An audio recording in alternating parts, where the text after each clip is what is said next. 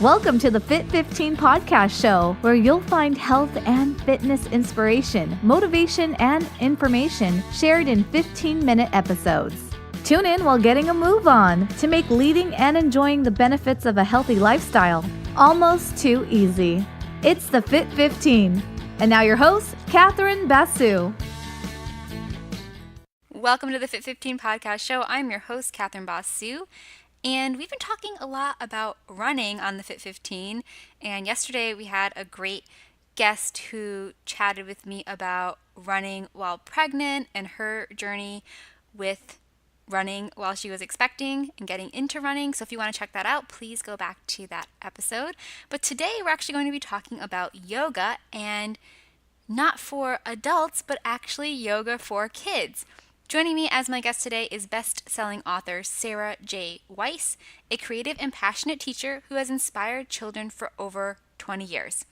In Go-Go Yoga for Kids, Sara has combined her experience as an elementary teacher and a certified kid and adult yoga instructor to introduce children to yoga in engaging and child-friendly ways. She is passionate about helping children receive the many mental and physical benefits yoga can provide them both now and throughout their lives. In addition to her books, Sara has created Kids Yoga Challenge postcards and the Kids Yoga Challenge app. Sara is a teacher for West Des Moines schools and leads kids yoga classes for a nationally known health and fitness club. She lives in Iowa with her husband, 3 children, and yoga pup Rocky. Sara, welcome to the Fit 15. I'm so excited to have you as our guest today. Oh, thank you so much, Catherine. I've been looking forward to it. So the first question I have for you is, why would we actually want to introduce children to yoga? Because we often try it as adults for more flexibility and to reduce stress, but children are definitely more flexible than us, and we often assume anyways that they aren't under a lot of stress. So what might be the benefits and reasons for us to introduce children to a yoga practice? Well, you're exactly right, Catherine, with that. It is so important to introduce yoga to children. And I'm certified in teaching adult yoga and kids yoga, and I prefer kids hands down, because they're so eager. They are so ready to learn and absorb and try anything new. They have no fear. They just put themselves out there. And so, a lot of people don't realize, but kids are stressed. They really are. They get over busy and over stimulated like adults do. And it's just important really to give them the calming and relaxation and mindfulness techniques. And I feel like introducing that to children at a young age, they're going to have those skills for life, which is huge to be able to have that knowledge. Oh, absolutely. And I often just think how different the world would be today if the adults in it had access to a yoga practice when they were growing up and had those skills to be able to manage the stressors of life in a different way, right? So we agree that yoga is beneficial for children now and as they are aging and becoming young adults and then adults. But there definitely will be some differences in teaching yoga to children versus adults. So can you provide us with any insights, Sara? I know you have a lot of them in your books, but as to what the difference is between a child's yoga class and an adult's yoga class. Right. Yeah. Well, it makes me think back to when I taught my very first kids yoga class. I was newly certified, and I was all ready and had it mentally, envisioned in my mind this, kids going through this vinyasa flow similar to adults and this quiet candlelit kind of setting. It's not like that with kids at all. And I immediately fell in love with it because I love young kids, but it's active. It's in you're silly. They're learning the same poses that adults know. So they're practicing and learning the same poses: cat pose, cow pose, down dog, but you're doing it in kind of childlike ways. We're meowing and we're mooing as we're moving. So we're learning those poses. And then a favorite part of mine too is introducing yoga games with it. So then they're practicing games with those poses. A favorite one is musical mats, which is similar to musical chairs, but you have a yoga mat or a towel and play some music. You dance around the room. And when the music stops, you find your your yoga mat and you make, one of the poses that you just learned. So kids are practicing, they're learning, and you know what? They have, they still have that quiet and that shavasana at the end of their class, similar to what adults do. And it's, not as long as adults, but, kids often say that's their favorite part because they're just lying still and quiet and not doing a thing. And they just feel that sense of peace afterwards. So they're getting that active engagement, but yet that quiet and mindfulness as well. Love that. So how did you go from did you start teaching yoga for adults and then go to teach yoga for kids, or how did that transition happen for you? Yeah, so I've always been fit and active myself, and I used to train for a lot of triathlons and marathons and kind of just really overexerted my body that way. And I experienced injury after injury, and it was just my body's way of telling me that I needed to do something differently. And so I tried out yoga for myself. And I had never, done anything like that, and immediately fell in love with it first, as an adult. I'm like, this is everything. I feel my body getting stronger. It's healing. My mind is calming. It just was everything that I needed. And so I am also a classroom teacher. So I started incorporating some of those things that I was learning in my adult yoga class in with my students at school, just kind of little things here and there, some visualization, some active movement, some poses, and they were loving it.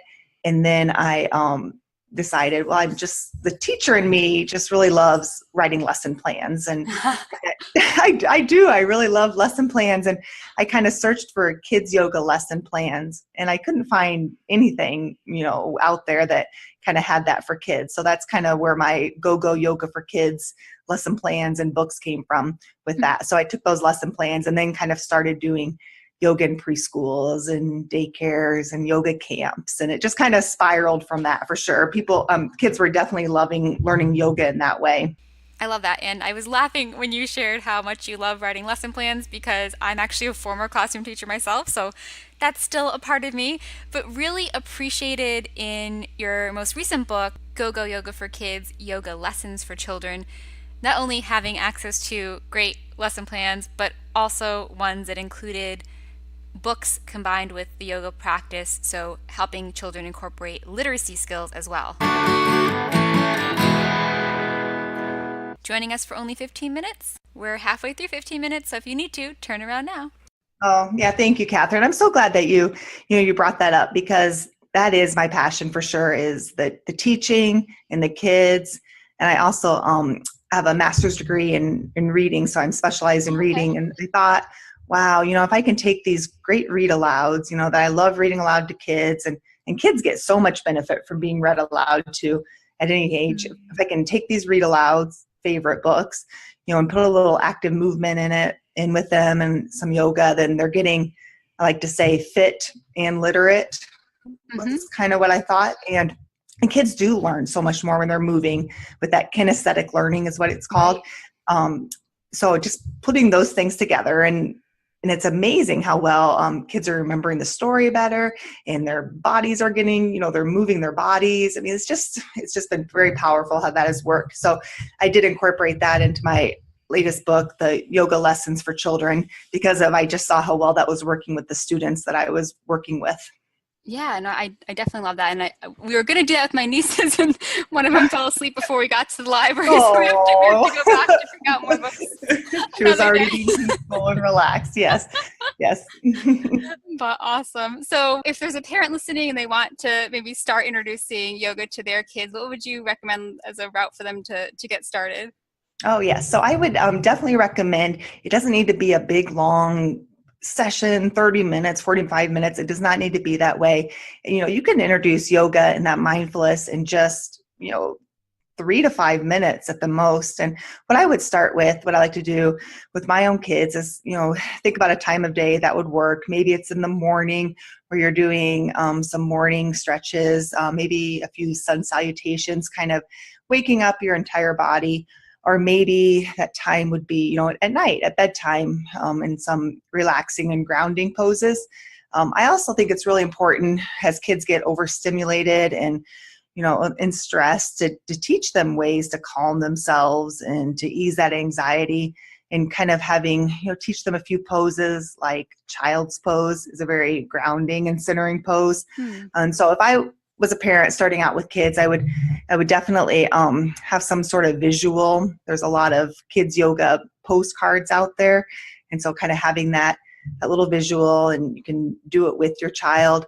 And I would not pick, 30 poses to do. I would just select, 2 to 3 and really work on those and talk about when these would be a good time to use them, or how do you feel when you're in down dog? Do you feel strong? Do you feel yourself getting taller in mountain pose? Just kind of talk about how their body feels. So I would just introduce 2 to 3 or so, and then kind of at certain points of the day. Love that. And I know we talked about the book maybe being a prop for some of those specific lessons, but do you have any other favorite props or tools that you might use teaching yoga to I children? love using little props and things with kids. I just the excitement out of taking ordinary objects. I use a lot of like stuffed animals or little plastic toys with kids, especially the preschool age children. If we're going to be learning cat pose, I might have a little cat, and we'll talk about how the cat arches his back. I also love using with older kids, a dry erase board. It's something so easy, but the whole point is to get them to move their body in different shapes. So I might draw a circle on the board, and can you make this with your body? Or, a letter T, and just seeing the different ways that kids can move their bodies in that way. It doesn't always have to be a certain yoga pose, but they're moving their body mindfully. So those are some fun things. I also like if they're working on balance poses, such as tree pose or airplane pose, then I will kind of put kids, a lot of times when they're trying to balance, they're looking around at everything, and then they fall out of that pose. So I always try to tell them to focus on something on the ground. So I might put a stuffed animal or a sticker, or, something for them to look at and focus. And then when they're looking down and focusing, then they're able to hold that balance pose longer. So that works really well for the school age kids for sure. Yeah, I definitely know anytime I interact with younger kids, they love props. They love anything with animals. Oh, right? They do. Oh my goodness. Yes, they think they're just, coming alive, and they do. They love those. Keeps their attention for sure. Very cool. So I'd love to have you share, because I personally have found your resources really helpful for me, whether I'm trying to share a few poses if I have a client that is wanting to do something alongside their child, or just when I spend time with my nieces and try to share some yoga with them. But could you kind of walk us through just the difference between your first book, your second book, and then some of the other resources you have, so that people that might want to engage with what you have to offer can use some of those resources to get started? Oh, sure, Catherine. Thank you. So I was just thinking on this the other day, how I can see how all of my resources have come out kind of around like schedule of teachers with summer break and winter break, because that's when I've had more time. But my first book, Go Yoga for Kids, A Complete Guide to Using Yoga with Kids, that was the first one. And that was everything that I wanted when I first started teaching yoga to kids. It is how to put together a lesson plan and how to keep the kids' interests and in the different poses. Is just really a complete guide. And from there, after I had the book out and it was doing well, I thought, well, we need some visuals to go with it. So then I developed the Kids Yoga Challenge postcards, and those came out. Those came out a year ago, and they're wonderful because they have 40 different yoga poses. But what the teachers and parents and counselors are loving is they also have a mantra or an affirmation that go with them. So if they're showing mountain pose, then there's words on the bottom that says, I am strong and powerful, or there's also partner poses with it. So I can work together with friends. And so there's 40 of those poses. And then after that came out the Kids Yoga Challenge app, which is very fun. It's for iPhones and iPads currently in the App Store, Apple App Store, and that has all of the challenge poses, the Kids Yoga Challenge postcards poses. And what's neat about that is, again, I was trying to think how to get kids' attention, and the screens are a part of their life. Kids do love their screens. They do. And so instead of fighting that, I was trying to work with that.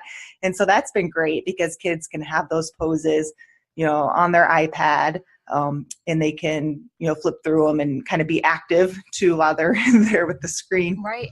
And then just this January, Go Yoga for Kids, Yoga Lessons for Children came out, and that is geared toward parents and early childhood educators and counselors. And that has the read aloud books that we talked about and how to incorporate mindfulness and movement with the read alouds and lesson plans as well. And then I also created 2 online training courses for kids yoga. So it's just kind of, I've had a lot of fun being able to share this with this knowledge with people, because it's everything that I wanted to know, and I kind of have learned throughout. And it's just been very exciting seeing where this has gone and the people that I've been able to help with it.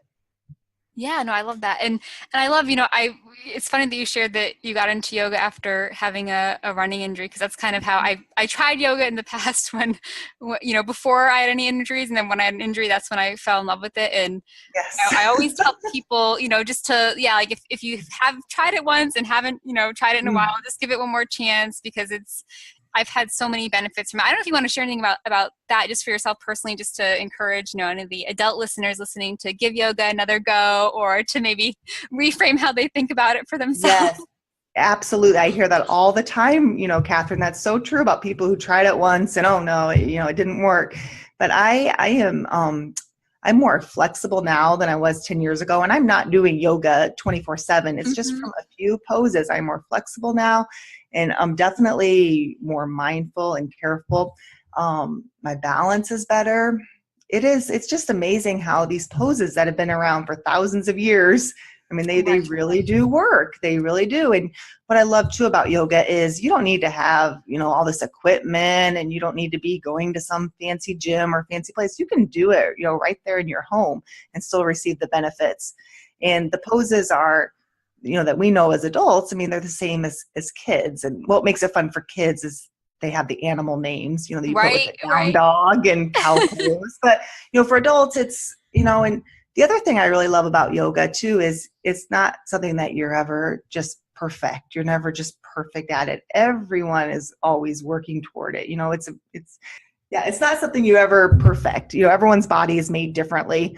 And so that's what makes it kind of neat is it's not a comparison thing at all. You're in your place where you're supposed to be right then. Yeah. And I think that's great for us, for adults to realize, but great, as you mentioned too, like it's a gift we can give our children to be able to teach them to enjoy yoga when they're young, and that they can have that feeling, as they go through and get to enjoy it as they grow older. And I think maybe what you're thinking of too is that I always love when my yoga instructor talks about, the practice has ended, and just thinking about each yoga session as a practice versus as something that's being perfect. That is so true. Yes, you do. You call it a yoga practice. It's something you're always practicing. Yeah, it's not ever something mastered. That's definitely true. Awesome. Well, I really enjoyed chatting with you, Sara, and I hope the listeners have enjoyed some of your insights and get those ideas about bringing yoga to kids, and we'll be able to check out your books and your app and all the great resources you have. I know I'll put all this in the show notes, but what's the best way for people to get in touch with you online if they want to find you and connect with you? Yes. So the best place to find me is at gogoyogakids.com, gogoyogakids.com. And also there I have a little illustrated poster with the 9 most beneficial poses for kids, the top 9 yoga poses for kids. And that's at gogoyogakids.com/poses. I'm right there. And also Instagram and Facebook and Twitter and all that. But gogoyogakids.com is the best place to find all the resources. Perfect. Well, thank you so much, Sara. It's been great hanging out with you today. Oh, thank you so much, Catherine. Thanks for listening to the Fit 15. For show notes and more, visit fitarmadillo.com/podcast. See you next time.